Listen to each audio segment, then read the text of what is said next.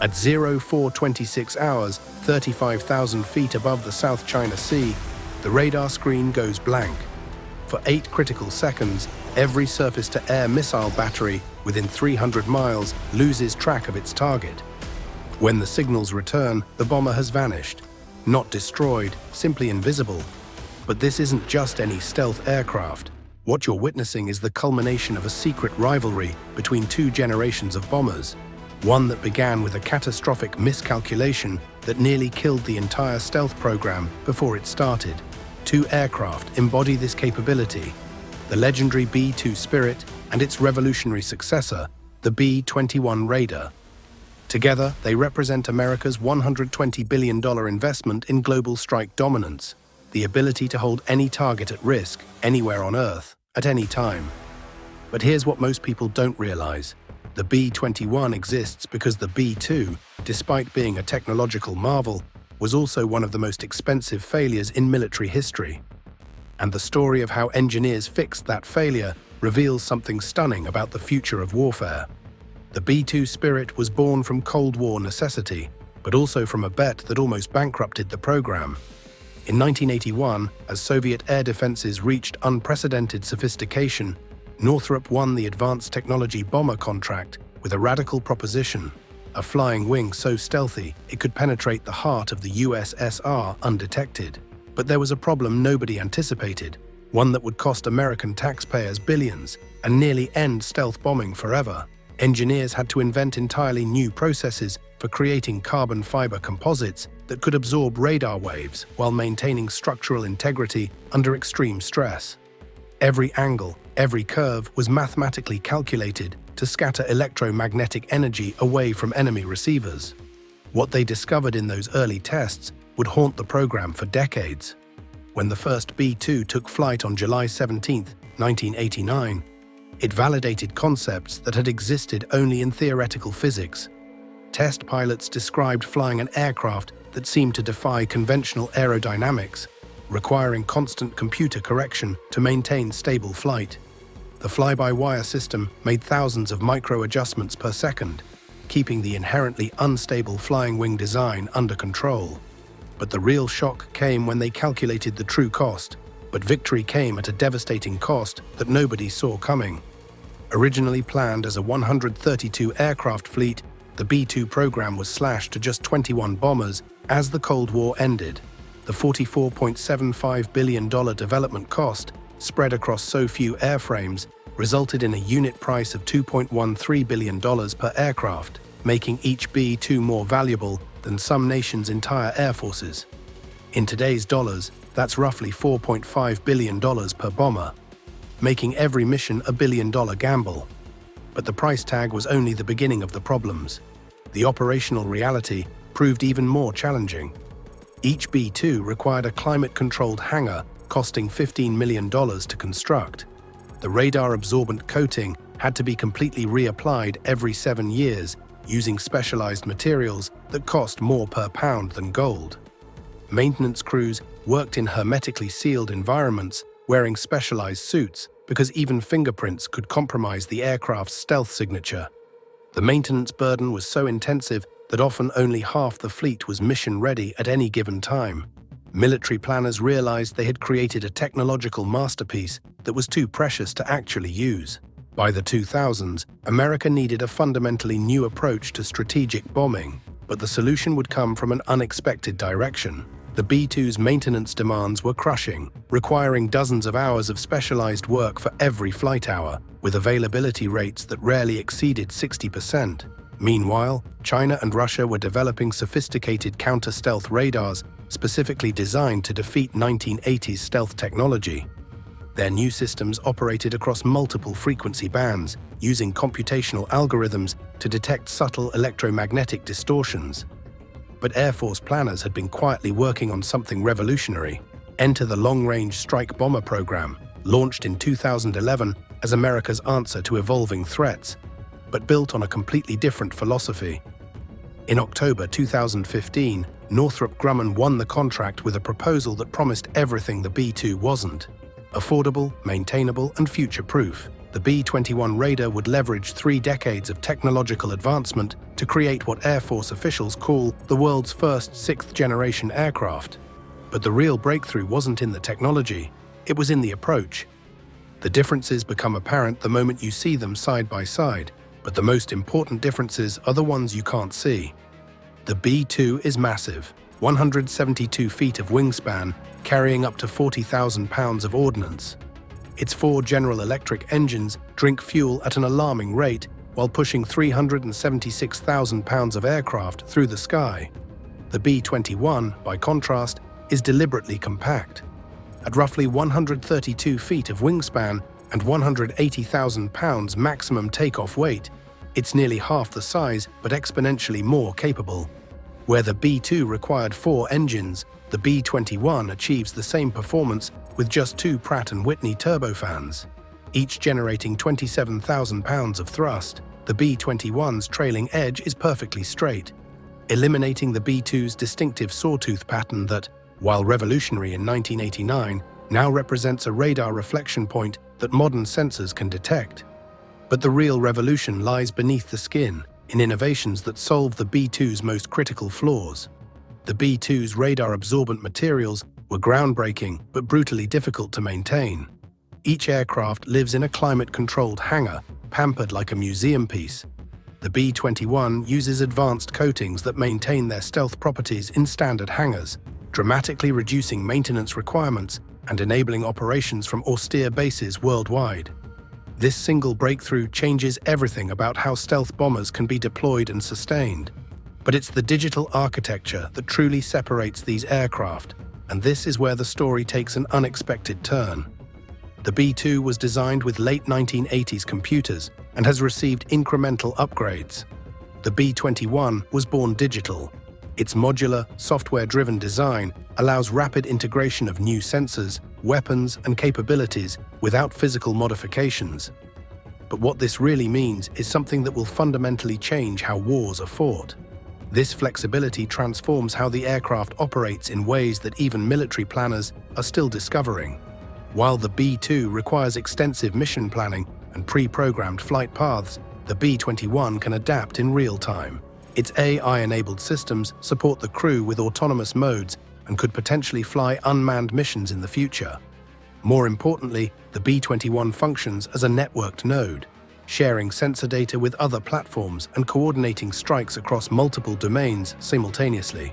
This isn't just an upgrade, it's a complete reimagining of what a bomber can do. In a hypothetical mission over the Taiwan Strait, these differences become critical in ways that reveal the true scope of this transformation. A B-2 would need to be pre-programmed with specific targets and routes, relying on its stealth to penetrate Chinese air defenses. If the tactical situation changed, if mobile missile launchers relocated or new threats emerged, the B-2 crew would be operating with outdated intelligence. This limitation has shaped military doctrine for decades, but it's about to become obsolete. The B-21 transforms this scenario entirely, but the implications go far beyond what you might expect. Using its advanced sensor fusion and networking capabilities, it becomes both striker and intelligence platform. As it approaches the target area, the Raider's systems automatically update the tactical picture, identifying new threats and opportunities in real time. When Chinese mobile launchers attempt to reposition, the B-21 doesn't just detect them. It coordinates with satellite assets and unmanned platforms to track their movement while simultaneously updating friendly forces throughout the theater. The weapons bay reveals another generational leap that hints at the bomber's true potential.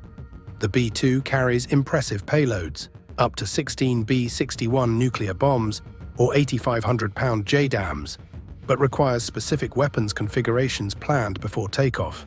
The B-21's dual side-by-side bays are smaller, carrying roughly 20,000 pounds versus the B-2's 40,000, but they're designed for flexibility. Mission planners can rapidly reconfigure loadouts based on emerging intelligence, and the aircraft's open architecture ensures compatibility with weapons still in development. This includes weapons systems that haven't been publicly revealed yet. For nuclear missions, this difference is profound and reveals the strategic thinking behind the B-21's design. The B-2 carries nuclear gravity bombs that require the aircraft to penetrate directly over its target. The B-21 will deploy the AGM-181 long-range standoff missile, a stealthy nuclear cruise missile that allows the bomber to strike from hundreds of miles away while remaining safely outside enemy air defense engagement zones. The cost comparison reveals the program's transformed approach, but also something surprising about how military procurement has evolved. Each B-2, including development costs, represents a $2.13 billion investment in 1990s dollars, roughly $4.5 billion today. The B-21's projected unit cost is $692 million in 2022 dollars, less than one-third the inflation-adjusted B-2 price. This dramatic reduction stems from mature technology, economies of scale, and streamlined management. But there's another factor that defense analysts are just beginning to understand. Unlike the B-2, which pioneered entirely new systems, the B-21 deliberately uses proven components. The plan to build at least 100 B-21s, 5 times the B-2 fleet, spreads development costs across many more aircraft while enabling efficient production line techniques. This approach represents a philosophical shift that could reshape how America develops advanced weapons systems. This cost efficiency enables a fundamentally different strategic approach to stealth bomber operations, but the real implications are only now becoming clear. With only 20 B-2s available worldwide and their notoriously high maintenance requirements, military commanders must carefully husband each mission, reserving these irreplaceable aircraft for only the highest priority targets. Every B-2 sortie represents a billion-dollar gamble. The B-21 fleet will change this calculus entirely. With 100 or more raiders planned and significantly higher availability rates, the Air Force can conduct sustained operations against peer adversaries without depleting its stealth capabilities. Consider the strategic implications during a hypothetical conflict in the Western Pacific, and you begin to see how this changes everything. China's integrated air defense network represents the most sophisticated threat environment ever created. A conventional air campaign would require hundreds of aircraft and accept significant losses to achieve the same effects that a few dozen B-21s could accomplish with minimal risk.